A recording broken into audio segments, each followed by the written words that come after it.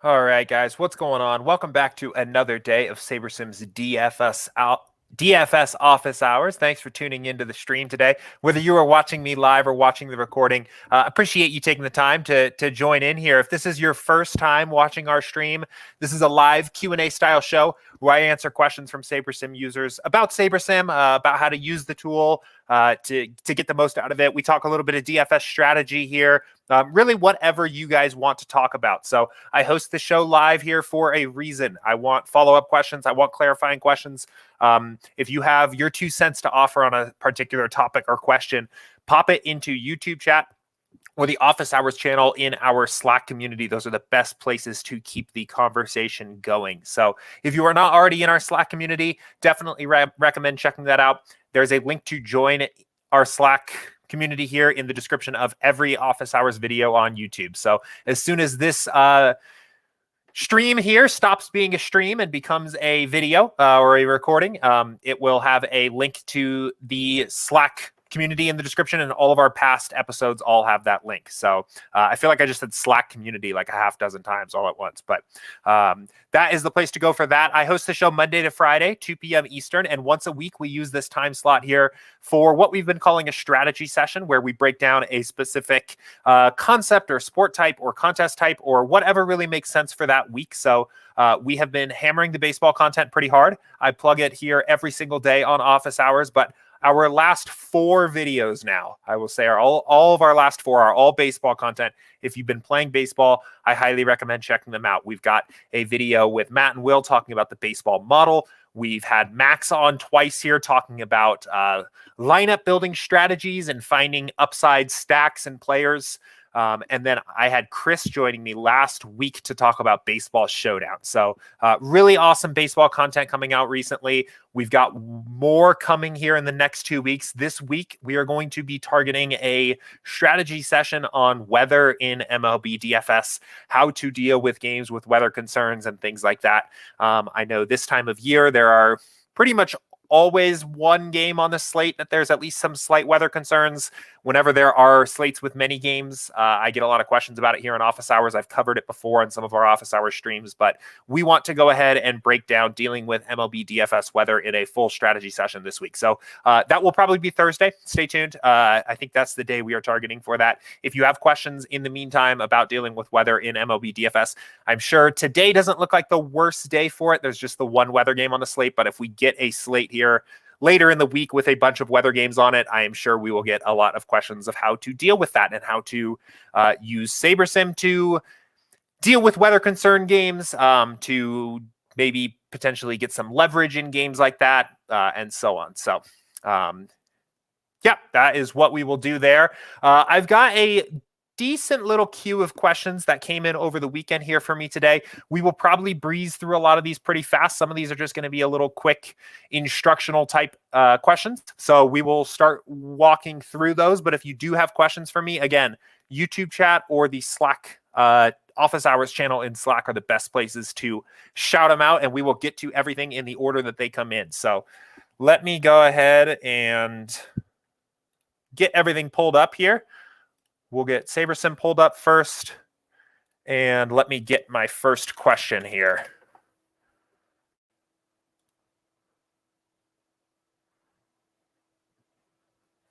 Just a second here.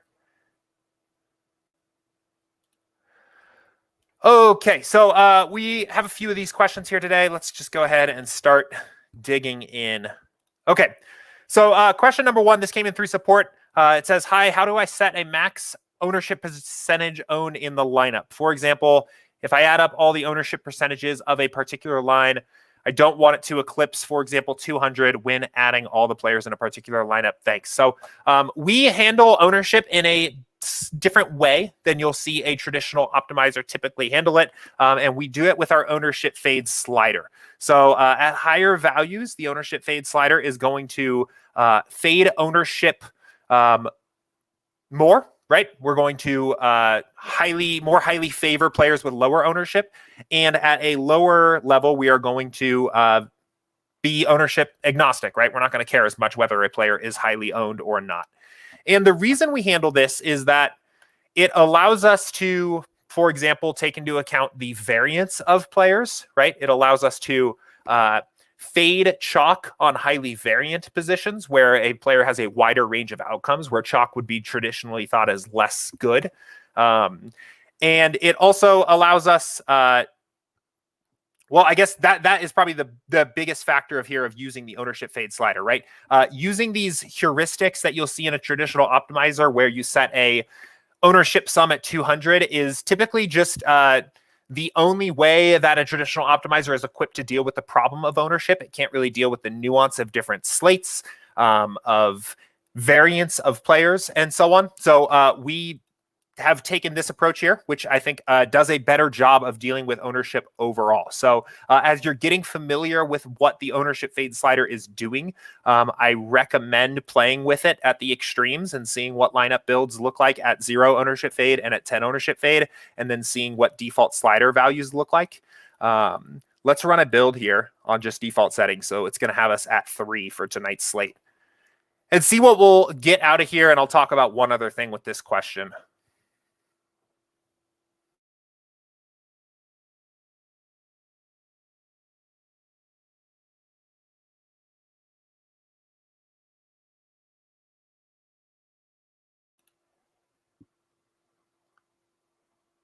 Just give this build one moment here to wrap up.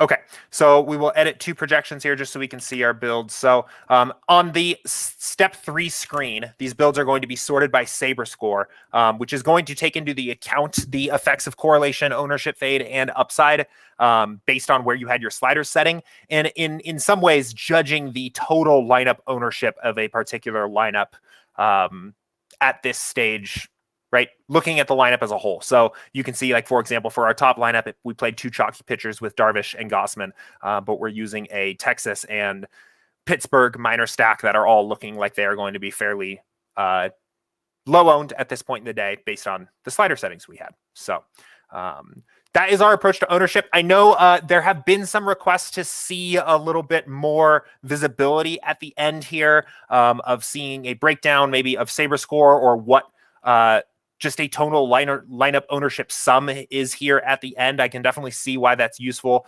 We may look at adding something like that in the future here, just to give you a little bit more visibility on some of the stats of the lineup, similar to like something like projected score, which maybe doesn't necessarily directly relate to your overall process because we're using Saber score, but can still be useful. I could see how an ownership sum or something like that could be useful here at the end. So we've talked about adding that, but for now, I would explore the ownership fade slider. I think it's a more nuanced approach to dealing with the problem of ownership, dealing with it in a way that takes into account player variance and the ownership pool of positions. I guess that was the other note I wanted to make. I remember. So talking back here now, the other thing that a ownership sum doesn't deal with very well is how condensed ownership is in a certain position, right? So say, for example, on a pitching slate, let's say the average pitching ownership is, I don't know, 8% owned, right? A 30% owned pitcher has a different relationship to the rest of the slate than if the average pitching ownership is 20% owned and there's a pitcher that's 30%, right? So when we're looking at ownership fade, we actually take into account what the average ownership is for a given position. And that allows us to get a little bit more slate context. It allows us to deal with chalk and ownership in a relative way rather than an absolute way. So overall, definitely recommend playing with the ownership fade slider a little bit, and we will look to, in the future, maybe giving a little bit more visibility on this step 3 of maybe ownership sums or breakdown of the ownership factor in Saber score or something like that, but that would be coming down the line. So, all right, let's go ahead, keep us rolling here. This is a pretty quick one. We'll hit this quickly, but I know this has come up before, so we will review this one again. And Clement, I saw your question come in here through YouTube, so I will get to you as soon as we are through some of these questions that came through support this morning. This question, again, pretty simple one. Hello, can't find detailed player projections like pitcher strikeouts, it is just up here in the upper right, view detailed player projections. Click this. You're going to lose the team totals on the left. This will expand, and you will see a breakdown of advanced stats. I did note one thing. I've seen this confuse people before. So on the app, strikeouts is listed as SO. So you can see sorting pitchers by strikeouts. That's here. If you download the data, it comes through as K, which I think is maybe the more traditionally used symbol for strikeouts. So just note that that is there. We've got innings pitched here. Also, I know that's useful. These are all averages across all of our simulation data. Another thing to remember here, similar just to the average projection. These are all their average projections across all simulations. And then the last thing I'll note on the detailed projections for baseball specifically is that these...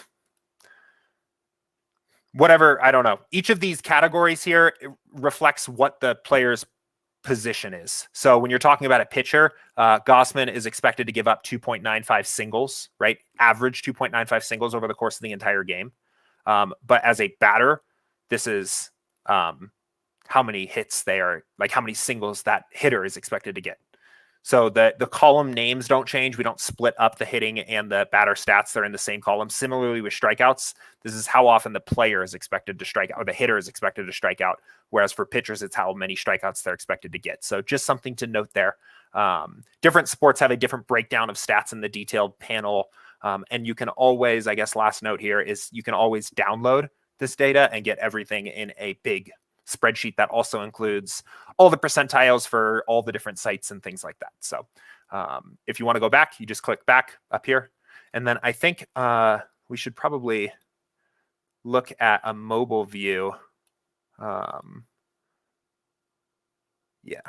I'm used to Chrome. I don't need the inspector tool. Close that. Where is it for mobile? I know it is in here somewhere. Go to players.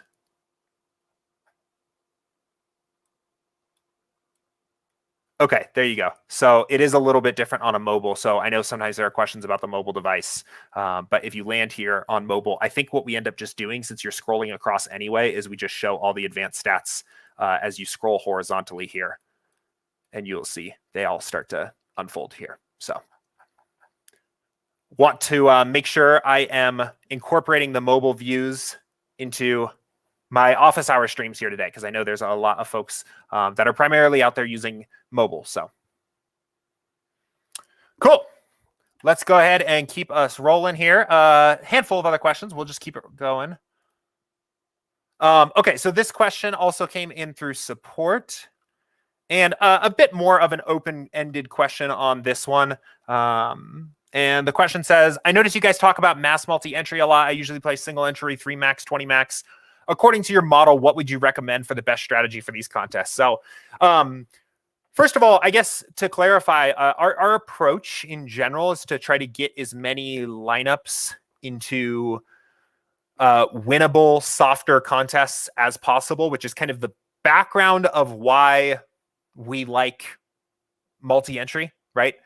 You spread out your risk, you spread out your variance a lot more playing 150 lineups than you do playing one lineup. That's a lot of the reason why multi-entry even exists, but that doesn't necessarily mean that every 150 max contest is a better contest to play than a single entry. In fact, we would typically say that the opposite is generally true. So if you haven't had a chance to see it already, I highly recommend checking out this course we have on our site. Under the resources tab in the top, under strategy, baseball. And then we have this course, Build a Winning MLB DFS Process. This will actually start with bankroll management and contest selection. And Andy here for 22 minutes kind of walks through the DraftKings lobby and actually picks out his contest selection strategy. It's basically our recommended contest selection strategy overall. It has to do with playing an appropriate amount of bankroll, playing contests under $3 where you can, and then playing contests that have 1,000 or more effective entrants.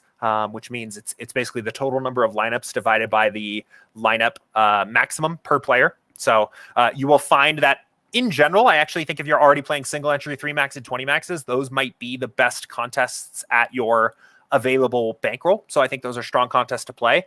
We have default sliders set up to accommodate all of these different contest types. So for example, if you were playing a single entry, we will have sliders for maybe a small single entry contest to 500 people, where the impacts of ownership fade get turned off. Our smart diversity comes down a little bit. We rely heavily on correlation. Whereas if you're playing something maybe like size like the quarter jukebox, you can see we want to start including some ownership fade. Our upside in the form of smart diversity comes up. So we are equipped to deal with the problems of different contest sizes out of the gate with the default sliders. From there, I would say, in general, your approach should not be dramatically different between these different contest sizes. I would say follow through with the rest of the course here. This is really kind of our foundations of MLB DFS strategy of using SaberSim.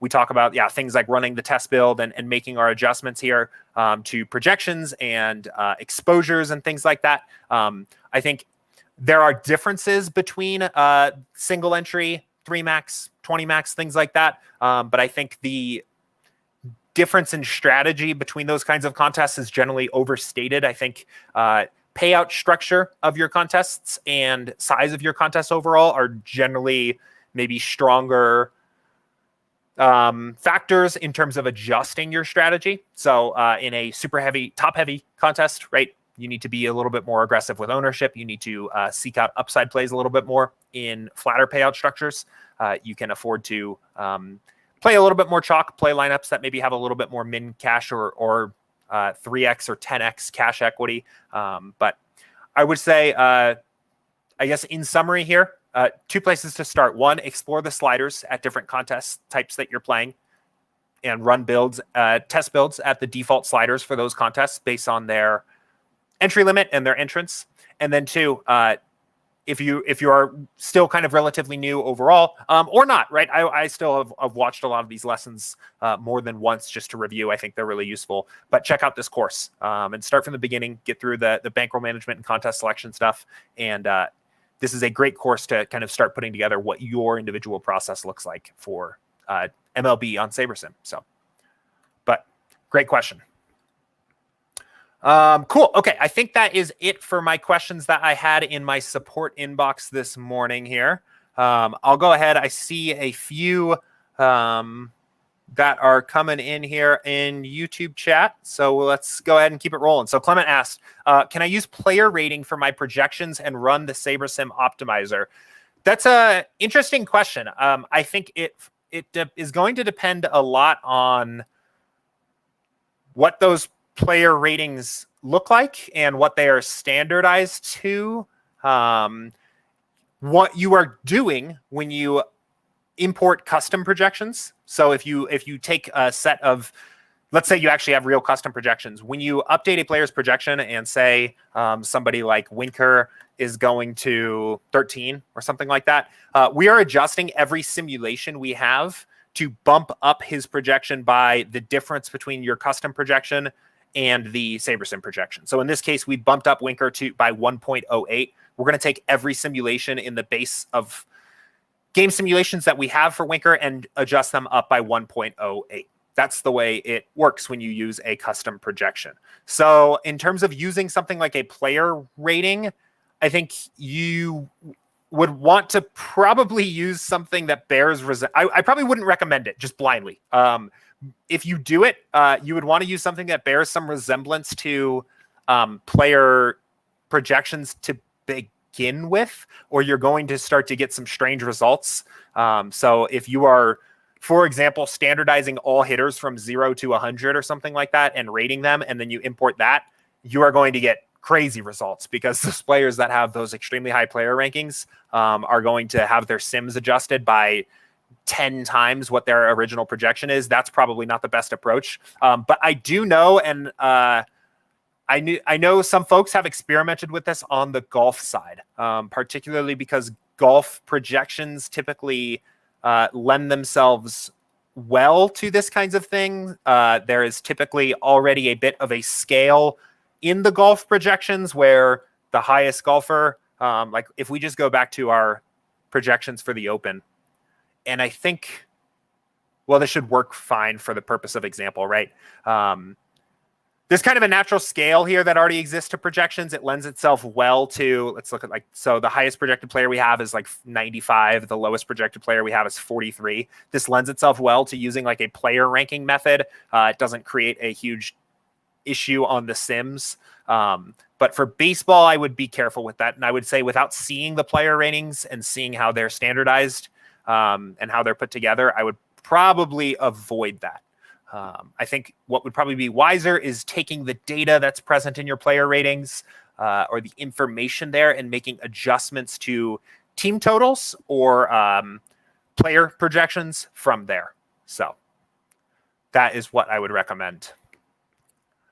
Another question from Trexter here. How do I get every team to show the min-max columns? Thanks. Okay, so I think I know what you're referring to here. And this is this is a common question. This comes up a lot. I can absolutely see why this is difficult. And my answer to you here is going to be a little bit of kind of a workaround. But our goal, so let me preface by saying this. If you're looking at players, you can just click this box, show all players, and you get to see everybody. And it makes it really easy to go down to somebody that you don't have any exposure to. So maybe I just saw Ohtani's name show up. Just as an example, if you wanted 10% Ohtani, it makes it pretty easy to get to him because you can just click show all players and set a minimum ownership. And then if we uncheck this, he's there. Yeah, there's his 10. So Ohtani's there, right? But on the team stacks, and I assume this is what you're referring to, this question is, so if I am wrong, let me know. But there's no show all stacks option here, right? Which can be a little bit frustrating or difficult to use. So I'll give you two options. Option one is if you know there's a particular stack that you are just simply not getting, you can go ahead and you can basically force some exposure to a player that would be core to that stack, and then set your exposures. So what I mean by that is a team that maybe pops for me that isn't showing up right now would be, I guess is a handful of them, but Toronto might be one, right? I think Toronto is probably going to be pretty popular tonight. They have a high implied total. If you wanted to get some Toronto and you just know it's Toronto, you can do the show all players, sort by team right here by clicking this. This will make this a sortable column. I'll reverse the order of that so we can get Toronto here to the top. And if we take someone like maybe Vlad Guerrero Jr., and we can give him let's say a 20% minimum exposure. So all of a sudden, what it's going to do is rarely will these players just be used in one-offs. So it's going to start figuring out a stack. Now they're going to pop up here as a stack. And if Toronto, we wanted actually 30% Toronto stacks, we can put this at 30. We'll start getting 30 Toronto stacks. And this is why I know this is a little wonky, right? This is a workaround. We're aware that there's a little bit of a hole here. We're talking about different ways we can make this a little bit easier without overcomplicating things. The last step here is I would just go back and then remove your minimum exposure on Guerrero, which is going to allow the builder to give you your 30% Toronto stacks in its favorite 6 lineups or whatever. The other way you can do this is so that's option one, right? Where you go and you force exposure to a certain player that's likely to show up in the stack. You get them there, and then you set a minimum exposure and go from there. Option two, if you just kind of want maybe to be a little bit broader, you don't have a specific team that you're wishing was showing up, is to expand your pool. I would say typically to 60% or so of the entire pool. Okay. Let's reset our exposure settings. So this would be something you would want to do first. Hang on. So when the pool gets too big, what it starts to do is you lose your min max. So let me see how big we can allow this to get. Okay. So when the pool gets too big, it's too many lineups for the builder to deal with. So pick a big number or something like that, but not so big that you lose the min or max exposures. And you'll see just because we have so many more lineups here, we've got just way more teams that are showing up, period. So this is a very easy way to then go ahead and get exposure. So maybe the Dodgers are interesting tonight, right? As a leverage point off of Gausman, and you were wanting them to pop up. So you get your 10% exposure to the Dodgers. If you see this message, do not fret.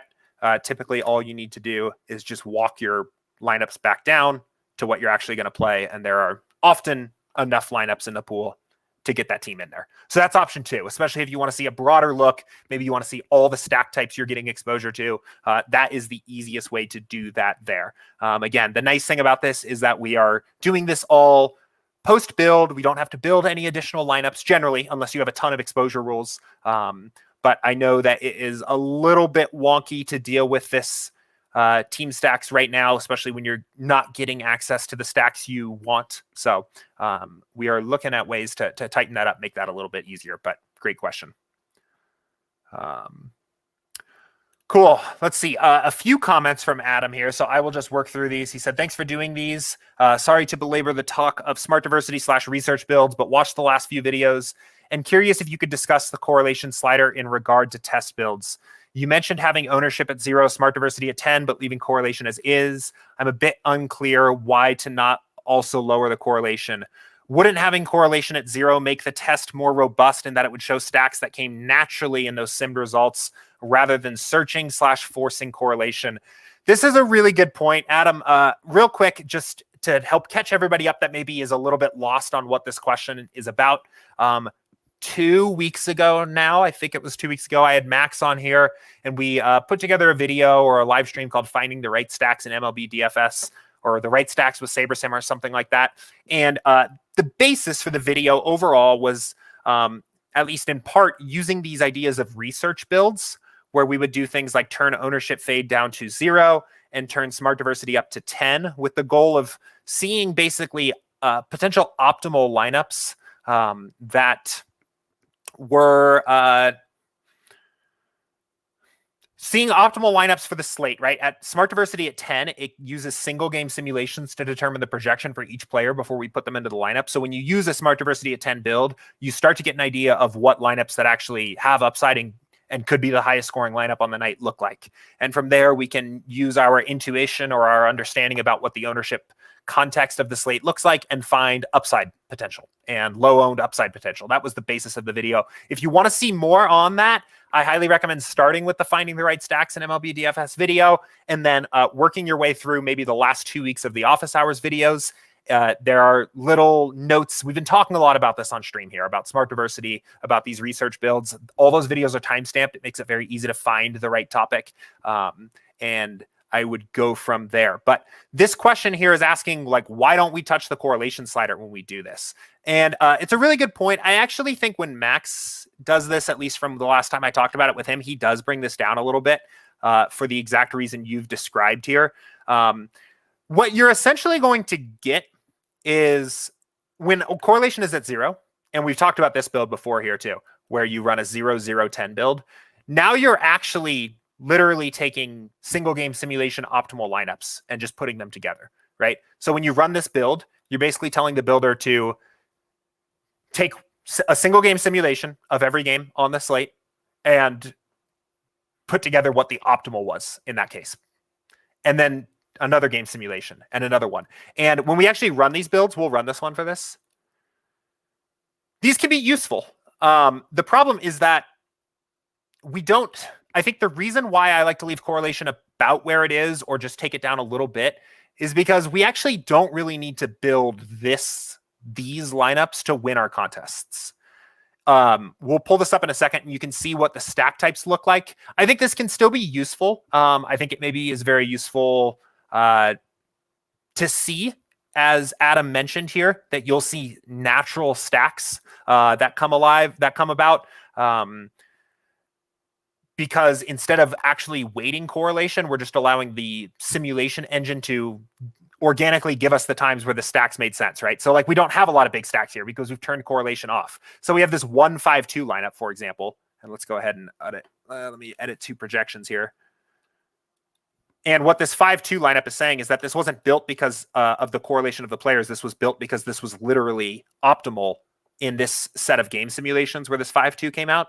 But the overall point I'm trying to make here is that you don't actually need to build optimals typically to win your contest, right? That's why we use stacking to begin with, because since we're not actually trying to build the mathematical optimal at the end of the slate for most contests, we can use stacking to create a lineup that has correlation and is more likely to succeed together, even though the highest scoring lineup mathematically at the end of the night might just be a 2-2 stack with a bunch of one-offs of all the guys that hit 2 home runs or things like that, right?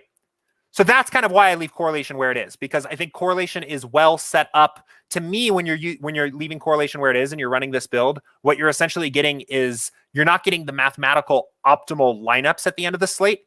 You're getting the lineups that maybe potentially might, I want to be careful here, be optimal for the contest you're playing. And I want to see stacks, right? Like this build, the thing that is the least useful about this is I know I'm going to be relying on the tool of stacks. The thing that is least useful about this build is I don't get any stacks. And the stacks that I do get here are just because, probably mostly just because of variance, right? Even if in 500 lineups, the only 5 stack that came out optimal is a single Boston stack, or actually, let's actually expand this to 500 and just see. Right, so we have 4 lineups where an organic 5 stack came out of the Sims. And this really goes to show you, right, how much of that correlation is a tool, right? It's a tool to win at DFS. It's not a tool to generate mathematically optimal lineups, because that's typically not what you need to do to win at DFS. So you can see we only had 4 out of 500 lineups come up with an organic 5 stack. So when you leave correlation where it is, run a build like this, you get to actually look at stacks and you get to see upside stacks. You tell the builder to continue to weight the importance of correlation, but take advantage of single game simulations to see where upside is. But Adam said, thanks, Jordan. Really appreciate the answer and clarification. Loving the product and community. Yeah, absolutely. I'm glad that was helpful. Thank you for asking. I think there are probably others that had that question as well. We've had a ton of engagement overall on this strategy of running these kinds of builds as a research tool. I think it's a really strong approach. I'm happy to continue talking through this with everybody and developing this kind of idea a little bit more, because every day I come on here and get to see some of the questions that are getting asked and talk through this a little bit more too. I continue to learn and flesh this out. I was even exploring this kind of strategy a little bit more in my golf lineups last week, which was interesting. So great question. And thank you for asking that. And if you're totally lost and you're sitting here like, what the hell is this conversation about? I don't really get what we're doing here. Again, I would say jump back to the Finding the Right Stacks in MLB DFS video. It talks a little bit more about kind of the roots of why we run those builds. I try, every time there's a question about this on stream, I try to kind of summarize where I'm coming from, what the basics of that video is. But there's a lot more detail in that, a lot more useful if you are unfamiliar with what we are talking about here. But they are essentially a strategy of using SaberSim as a research tool instead of just an optimizer. So, but that is, follow-up. Perfect. I was going to say that is all I've got. Is there any utility to using these tests to find lower owned, overlooked value plays? That is, on any given slate, there's a handful of low 2K guys that pop up as chalky values that you may want to, I assume, play. Yeah, probably. Let's go ahead. Let's run one and see what it does. Let's run a big one because he finished off the question here. Pivot off of, but perhaps 150 lineup simmed might show how often one shows up in the optimal relative to others. Let's go ahead and look at it. And there's a big contest there's a big $5 on DraftKings tonight. So I'm going to run a big build. I want to run 1,500 lineups. I mentioned before, when I do this as my actual process, I always do it with 150 so that I get 1,500, and we'll look at this. What I think actually is more likely to happen here is I think rather than this popping value plays, I think what's actually going to pop is like ceiling one-off guys that are maybe likely to go low owned. Like Dodgers bats tonight against Gossman, right? Any of those guys can hit a home run any at bat. They have a lot of power. And I wouldn't be surprised to see some of those guys showing up in optimal lineups and these research builds because they have that power. Even though Gossman is going to be very chalky and the Dodgers bats are probably not likely to. I think what we'll actually probably end up finding here is that the typical value plays, like the highly owned min price guys, like Cole Calhoun, I think is going to be probably one of those guys tonight. He's min price, batting in the middle of the order for the Diamondbacks, who have like a 5.0 run total, right? That's the exact kind of guy I'm talking about that just gets really chalky. I wouldn't be surprised if that kind of player actually pops up less than you might expect, because a traditional optimizer that's optimizing for mean projection is going to overvalue that type of player because he grades out really well point per dollar. But when you force it to look at ceiling, single game simulation, high variance outcomes, I would suspect that Cole Calhoun's probably doesn't pop dramatically higher than any of the other players in his price range. So we haven't talked too much about doing this for pitchers, but I do think it's also interesting to look at for pitchers. So cool. So then what I will typically do here is just expand this up to 1,500. And this is like where I will start a lot of my builds. What is also really useful is you can, in some ways, kind of start treating this as you've got a sample size at this point of 1,500 where you can, I think, just directly compare exposure to projected ownership and start to get an idea of maybe where there is some leverage. Like if 32.4% of the field is rostering Gausman and he shows up in 28.8% of 1,500 lineups, again, by no means is this a big enough sample size that you could say that 28.8% is his absolute percentage of showing up as the one of the optimal two pitchers, but it's a lot of lineups, and I think you're getting to that point. I think you can start directly comparing projected ownership to exposure and start to see where some leverage opportunities is. So if Kevin Gausman truly does come in at 32.4% projected own, it might be that he is slightly over-owned given his chance of showing up in the optimal lineups. And then similarly make maybe, is there a pitcher that, so maybe like Greinke or someone isn't being owned enough, right? So, but let's go ahead and look at this. Let's see, maybe a good way to do this would be to just sort by value and look at what our significant value plays is. So yeah, you kind of are seeing this effect, right? Like Cole Calhoun is exactly as I described, right? He's like a ridiculous value play, 4.62. Naquin's another one tonight too. Really cheap, hitting in the middle of the order, team with a 5.5 total. He's going to pop in all typical projection systems, but you can see we're actually only getting like 4% and 3% of these guys. So, and I think these are actually probably very low for these players at this point in the day. I think they're both likely to be quite a bit more owned than it looks at the moment. And so kind of exactly as I was thinking, I think using this method might show you that these are actually plays that are likely to be overowned because of their mean projected outcome rather than appropriately owned. The other side of the coin is maybe we don't have like a ceiling column here, but just sorting by projection might be a good way to do this. I would be curious. I don't know the best way to do this, but let's see what our highest projected owned plays are. Hitters are so variant that like we're rarely going to get one guy that's just spectacularly highly owned. So maybe I will leave the point there, right? I think the point that is made here is that by running these builds, you will see that how a traditional optimizer can tend to overuse or overweight a player that has a high mean projected outcome, even if they are unlikely to show up in a great deal of optimals. So that I think is a good summary there. This is going to be a fun slate tonight, though. This isn't really an uber chalk slate. Like there are definitely going to be chalky teams, but there's a lot of teams right at around 5.5 runs, at least right now. I don't think there's any teams projected over 6 runs. So even amongst the top 5 or 6 best stacks, you're unlikely to have one team that's getting kind of crazy out of control ownership. I think pitching is interesting with maybe the most expensive pitcher on the slate being the one going up against maybe the best overall batting order lineup on the slate, taken for what it is with Gausman up against the Dodgers. So it should be a fun slate tonight. I know there's some really big DraftKings contests too, which should be a lot of fun. The $5 150 max, which is terrible structured contest, but I know it's always kind of exciting. I have a bunch of tickets to that contest DraftKings has been running satellites for the Platinum Sombrero for a couple months now. So I racked up a bunch of tickets. So I'm excited about that, but should be a good slate.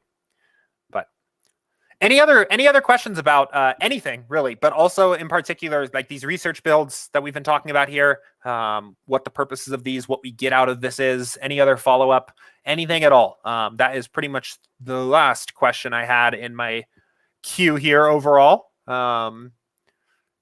Don't have too much else to say about this here. I guess kind of like adding on, building blocks, adding on something every day. We talk about this. I think for pitchers in particular, we have a big enough sample size that it starts to become interesting to consider your leverage opportunities by just literally comparing ownership to exposure. And then secondarily, I think this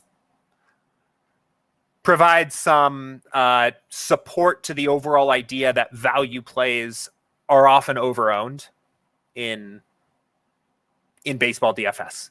They don't have a significantly higher ceiling. They simply have a higher mean projection just because of their salary. And this kind of build demonstrates why that maybe is not, why coming in under on those players can be useful. But there's nothing wrong with taking like Naquin or Cole Calhoun in your stacks, right? If you're playing Diamondbacks or Red stacks, but I would probably avoid playing those guys as one-offs based on what I'm seeing here in a research build where they're like 3 and 4% optimal, and I think probably could be 20% owned. So, but what else do we got, guys? It's been a long weekend. I'm sure there's some questions. Any other questions for me? Whatever you guys want to talk about here.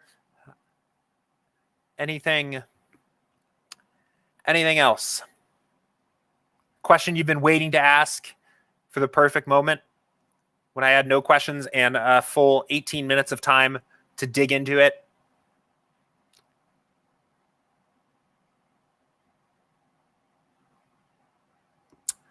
It is all quiet here.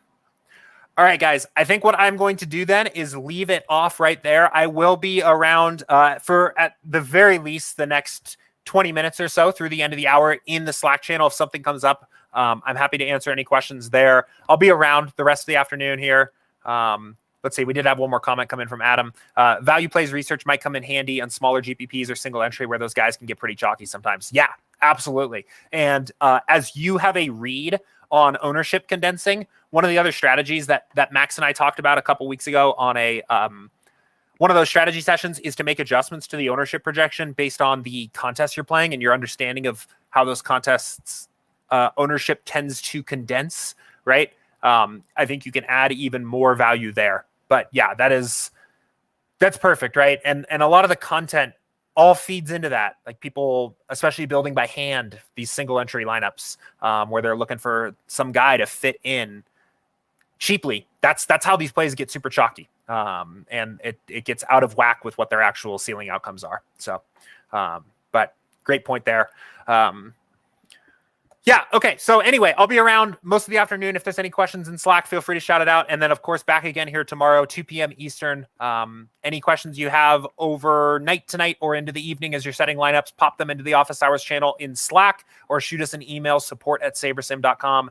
And I will get to everything I see here again tomorrow. Enjoy the slate tonight. Have fun with it. I think it's one of the better GPP slates that we've had in a little while. Only one weather game. Hopefully, maybe even the weather turns around for the better and we get that Padres-Braves game in here. And enjoy. I'll see you guys tomorrow.